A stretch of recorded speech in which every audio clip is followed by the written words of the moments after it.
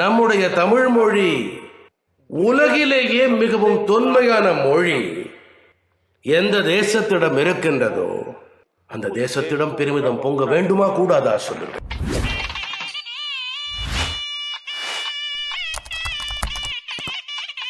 செம்மொழி வலையொலி YouTube channel.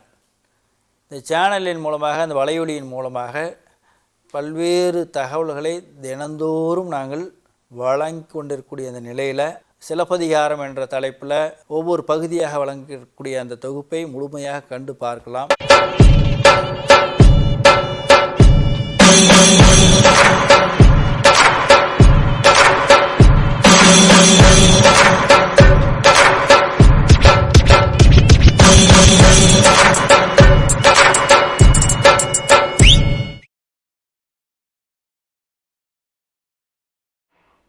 The title of this paper is Medieval Tamil Commentators. The medieval Tamil commentators such as Ilampuranar, Perasiriyar, Nachinarkiniyar and Parimel Alagar are world class and superior to their counterparts in any other part of the world. In their understanding of the poetic process, in their experience of poetry, in their exegesis and appreciation, and in their handling of the two tools of criticism, comparison and analysis, they can bear comparison with the medieval Jewish commentators and even with the Western critics led by Dr. Johnson and Coleridge. Apart from explaining the given passage lucidly, Nachinarkiniyar would explain its significance in relation to the poem as a whole, add grammatical and linguistic notes on individual words and phrases where necessary, point out where the subject, predicate and object are to be found, cite parallel passages from great classics, and include lengthy disquisitions on complex religious, theological, literary and sociological topics of interest. Without making much ado, he would explain any complex idea or passage in as few words as possible. He won't waste his energy or try the reader's patience by laboring to interpret what is self-explanatory. When a stanza in Sindhamani is too simple and does not merit any comment, he would say that the meaning is obvious and pass on to the next one. While interpreting every Nurpa in Tolyapiyam, he keeps the entire treatise in mind and wants the reader also to remember that the particular Nurpa has to be considered in the context in which it is found in a large work dealing with the alphabet, the word and subject matter of poetry. While examining what happens in a stanza in Sindhamani, he brings to the reader's notice wherever necessary what happened earlier and what is to happen later. Never missing the wood for the trees, Nachinarkiniyar would draw the attention of the reader to the significance of every word in the poem as well as of every event in the long story. He has done to the great Tamil epic Sivaka Sindhamani what the modern critic R.S. Crane does to the famous novel Tom Jones. Being aware of the close link between language and literature and their inseparability, Nachinarkiniyar would draw upon a grammatical work while interpreting a literary piece and vice versa. With regard to the charge that he has been grossly misusing the concept of Matu, he has been more sinned against than sinning. Matu as a limb of the poetic body is defined by Tolyapiyar in a Nurpa in Seyyuliyal. This is the Nurpa. அகன்று பொருள் கிடப்பினும் அணுகிய நிலையினும் இயன்று பொருள் முடிய தந்தனர் உணர்த்தல் மாட்டன மொழிவ பாட்டியல் வழக்கின். The first two lines of Sirupanatruppadai, மணிமலை பனைத்தோள் மாநில மடந்தை அணிமுலை துயல்வரும் ஆரம்போல are taken as பனைத்தோள் மாநில மடந்தை மணிமலை அணிமுலை துயல்வரும் ஆரம்போல for the sake of interpretation.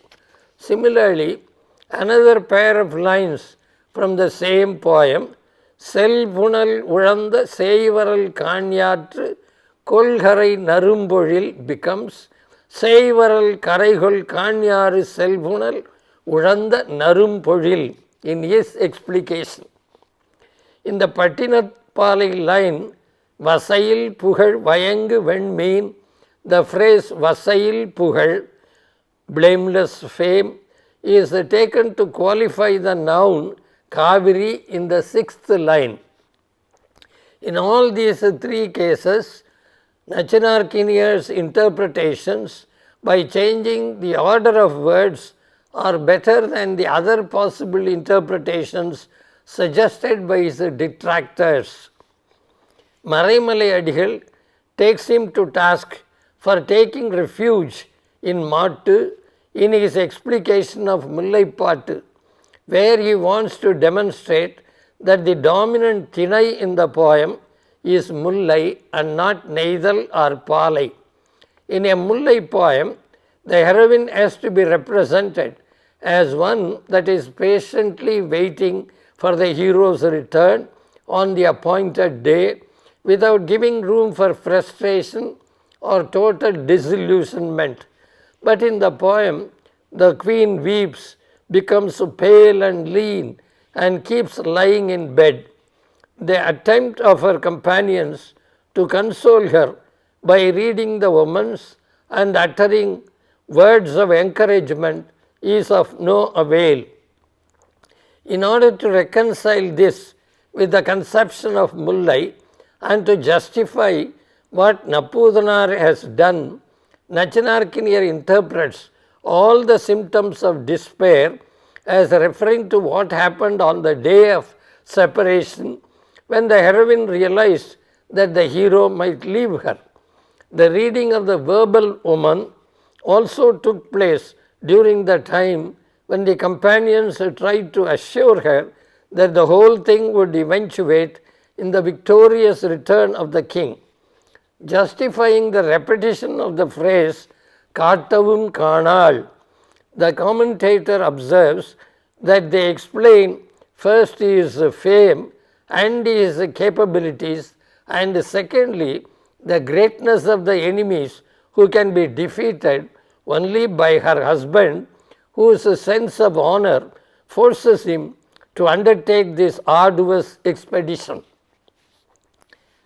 Nachinarkiniyar is well within his rights as an interpreter when he brings the word Nallor of the 18th line to the 7th line and explains that the elders at the command of the chieftain went out and heard the verbal omen. Where individual poems are concerned, Nachinarkiniyar can make a close study of the type by the new critics of the West. An elephant running amok is described in Sindhamani by a series of similes. Kadalana, Katrana, Karungan, Kutrana, Udalsina, Urumana, Udi Tiyana.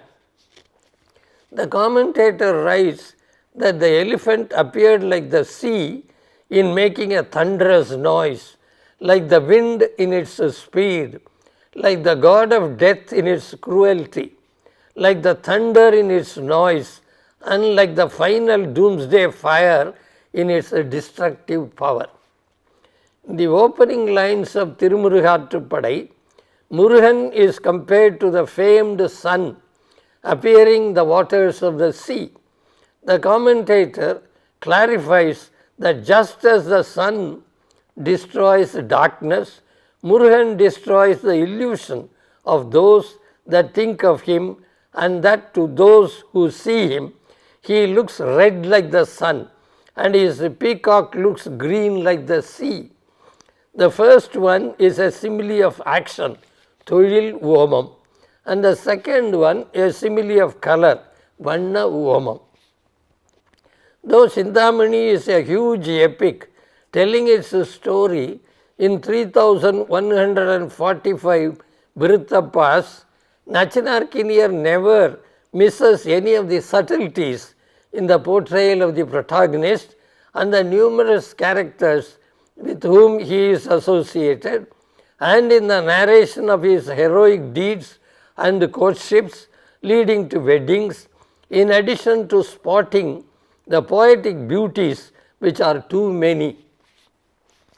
Tirutthakkathevar is a master craftsman, but Nachinarkiniar is an alert reader and a competent critic.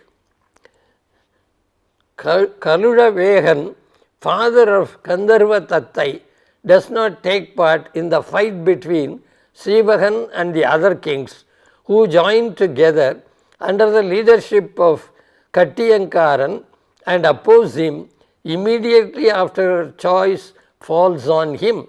He being a great warrior, his participation would have made a lot of difference in the war as well as in the events that followed.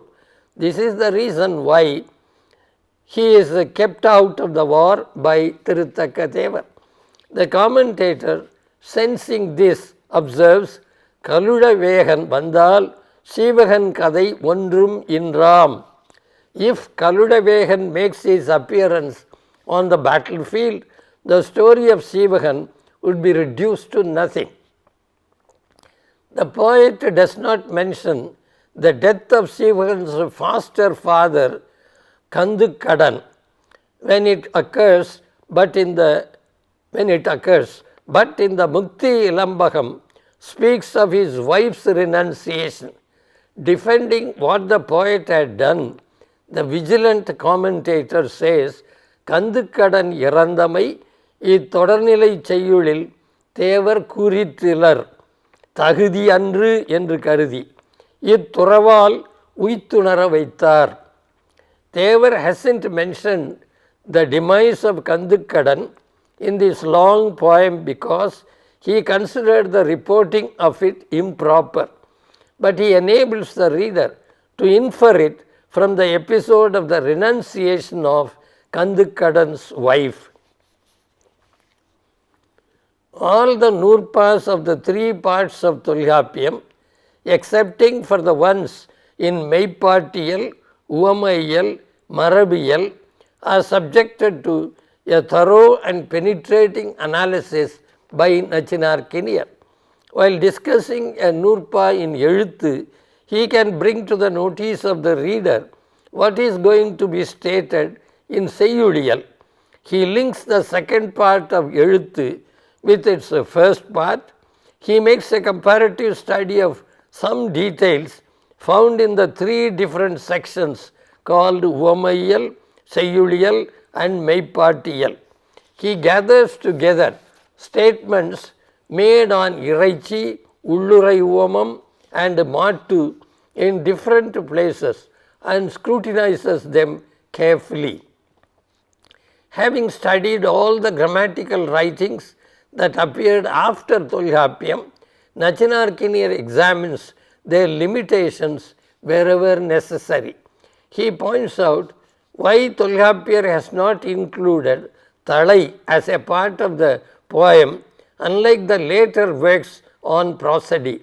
He draws the reader's attention to the fact that Chitrakavi is not defined by Tolkapiyar at the end of Seiyudiyal.